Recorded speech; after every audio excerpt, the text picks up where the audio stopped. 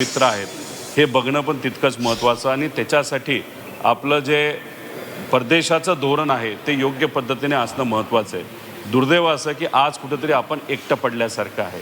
America आपल्याला धमकी देते आणि अमेरिकाच आपल्याला सांगते की महिनाभर तुम्ही रशियाकडनं तिथं तेल घेऊ शकता। म्हणजे आपण आपला देश चालवतोय का अमेरिका आपला देश चालवते अशी आजची परिस्थिती आहे। आणि जे काय इराणमध्ये तिथं घडलं, खरं तर जेव्हा अडचणीचा काळ होता तेव्हा इराणली आपल्याला तेल देऊन मदत केली होती, पण इराण जेव्हा अडचणीत आलं, कुठेतरी शांतता असावी, हे सगळे प्रकार घडू नये, तेव्हा खऱ्या अर्थाने आपल्या देशाने एक भूमिका घ्यायला पाहिजे होती। दुर्दैवाने ती भूमिका आपण तिथं घेऊ शकलो नाही। आपण इंडियन ओशनचे आपण प्रोटेक्टर आहोत, म्हणजे इंडियन ओशन जे आपलं मोठं आहे त्याचे आपण प्रोटेक्शन करण्याची जबाबदारी आपण तिथं घेतली होती। आणि त्याच पाण्यामध्ये, त्याच समुद्रामध्ये इराणची एक बोट ज्याच्यामध्ये कुठंच तिथं दारूगोळा नव्हता, कारण का ती बोट नेव्हीची आपल्या देशामध्ये एका एकत्रित प्रॅक्टिस करण्यासाठी ती आली होती आणि त्या बोटीला सुद्धा जर आपण वाचू शकलो नाही तर त्याचा अर्थ आणि त्याचा एक फार वेगळा संदेश हा अख्ख्या जगामध्ये गेला आहे। आणि आज जी या देशामध्ये परिस्थिती झाली आहे ती झाली LPGची।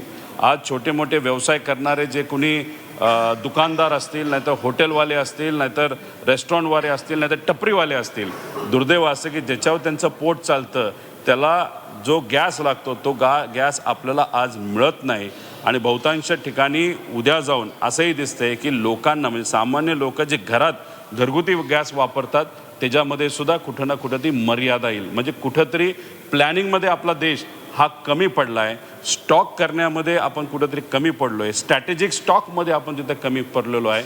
आणि ही गोष्ट तसं बघितलं तर या आपल्या देशाला जेव्हा आपण कितीतरी ट्रिलियन, $5 ट्रिलियन इकॉनॉमीचा विचाराने तिथं ध्येय घेऊन जातो, तिथं अशी परिस्थिती येत असेल तर ती दुर्दैवी आहे असं आपल्याला म्हणावं लागेल। पुण्यातली काय परिस्थिती आहे? इंडस्ट्री मोठी आहे, पुण्यामध्ये चाकण आहे, बारामती आहे, इंदापूर आहे, तिथे मोठ्या कंपन्या आहेत, कर्मचारी, इंधन, काय सिच्युएशन आहे? खास करून चाकण नाही, याचा इम्पॅक्ट जो आहे तो स्मॉल स्केल इंडस्ट्रीला खूप मोठ्या प्रमाणात तिथं पडू शकतो।